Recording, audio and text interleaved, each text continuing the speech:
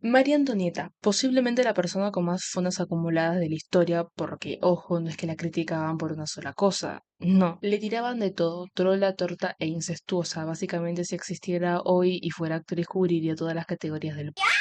Pero antes de entender por qué le tiraban más mierda que a un político en campaña, vamos a ponernos en ambiente. Te voy a contar un par de cosas que nos van a ayudar a entender el desprecio que le tenía la gente a la pobre piba. Para empezar, la chabona ni siquiera era francesa, y teniendo en cuenta cómo era la realeza en esa época con su genética, te podrás imaginar de quién se inspiró.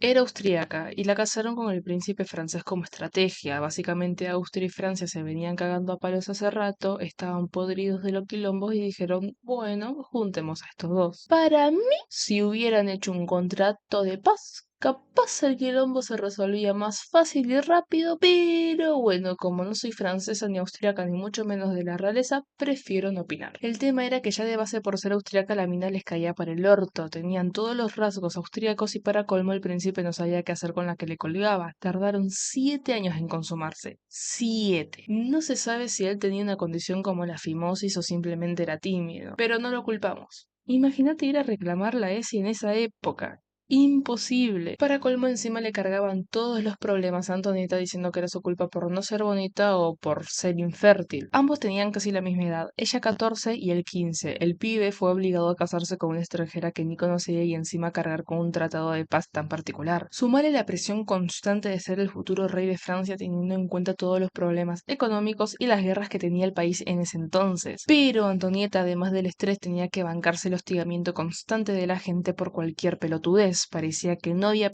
que le viniera bien a nadie. Por suerte, en un momento lograron tener 4 hijos. Bueno, 3, porque uno se les.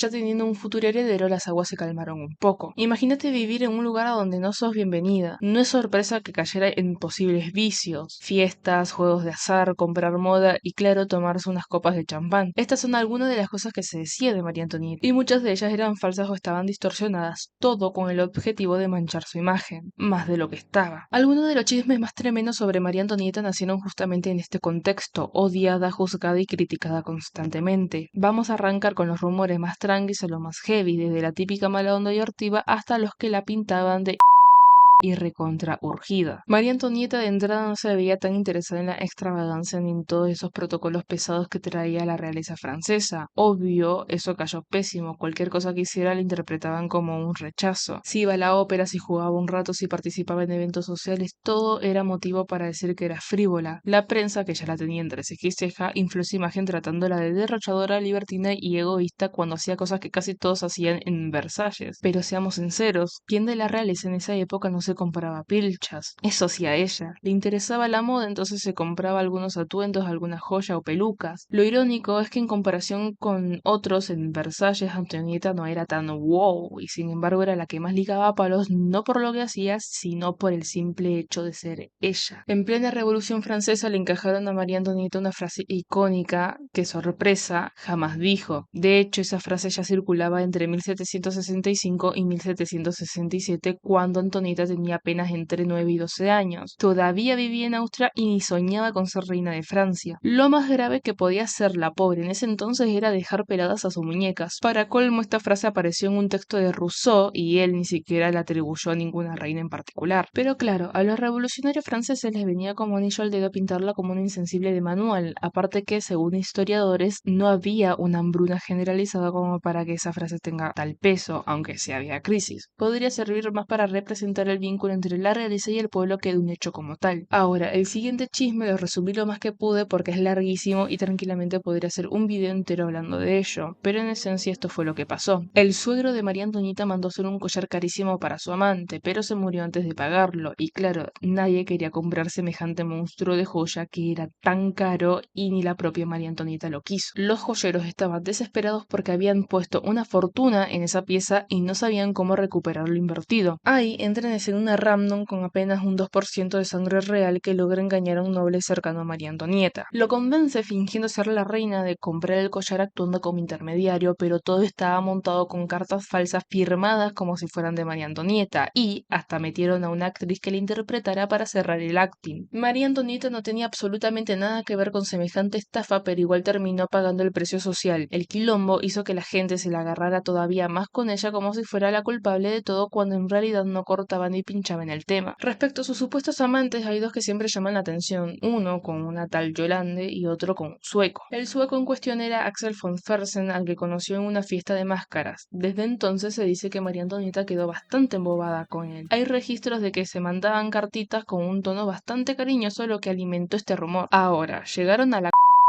Los historiadores no se ponen de acuerdo. En lo personal me suena poco probable. Pensemos que en Versalles vivían unas 20.000 personas. Básicamente era imposible tener privacidad. Antonieta era rebelde con las reglas, sí, pero de ahí a jugársela con un conde extranjero en un castillo lleno de cortesanos siguiéndola, me parece medio complicado. Por otra parte, estaba Yolande, una amiga muy cercana de la reina. La visitaba incluso cuando estaba embarazada y hasta le pagó a su familia una deuda enorme de 400.000 libras de la época. Además consiguió cargos importantes para algunos de sus parientes y claro, las demás cortesanas más víboras que una yarara se llenaron de celos y empezaron a escupir veneno. La realidad es que no hay pruebas sólidas de que fueran tortas, a diferencia de Confersen, de quien al menos existen cartas que prueban una cercanía. Y este, para mí, es uno de los peores rumores que le inventaron a María Antonieta. Llegaron a acusarla de haber a su propio hijo. El niño, en plena revolución, fue interrogado bajo presión y hostigamiento hasta que firmó declaraciones que lo confirmaban. Este chico había sido separado de su madre cuando tenía apenas 8 años y pasó prisionero hasta los 10, y no porque lo liberaran, sino porque en esas condiciones. Como en casi todos los chismes que rodean a María Antonieta, no existe ninguna evidencia histórica seria que la respalde. Fue simplemente otra posible forma de ensuciar su imagen y de las más crueles. A ver, decir que María Antonieta no fue como la pintaron no es ni ahí justificar a la realeza de la época ni justificar un sistema aristocrático que era terriblemente injusto. Lo absurdo es adjudicarle todos los problemas de Francia a una sola persona cuando la economía del país ya estaba hecha bolsa mucho antes de que ella llegara. Un sistema de impuestos corruptos y guerras carísimas que no podían costear. ¿Fue una santa? No, pero tampoco hizo nada que no se estuviera haciendo en Versalles desde hace años. De hecho, había personajes mucho más ostentosos y extravagantes que ella. El punto es que no era su culpa que Francia estuviera en crisis. El verdadero problema fue la aristocracia en general y sobre todo los reyes y los que manejaban la economía, porque si en Versalles se podía sostener ese estilo de vida ridículamente lujoso, era porque alguien en los altos poderes lo permitía. Sumando que desde el día uno la odiaban por ser austriaca, o sea, ya era el eslabón más débil y la más fácil de difamar. Y la revolución supo aprovecharlo, lo usaron como un chivo expiatorio para debilitar a toda la monarquía. No digo que esté en contra de la revolución ni a favor de la monarquía, pero reconozcamos que varias cosas que se dijeron de ella fueron mentiras o distorsionadas para hacerlas más exageradas.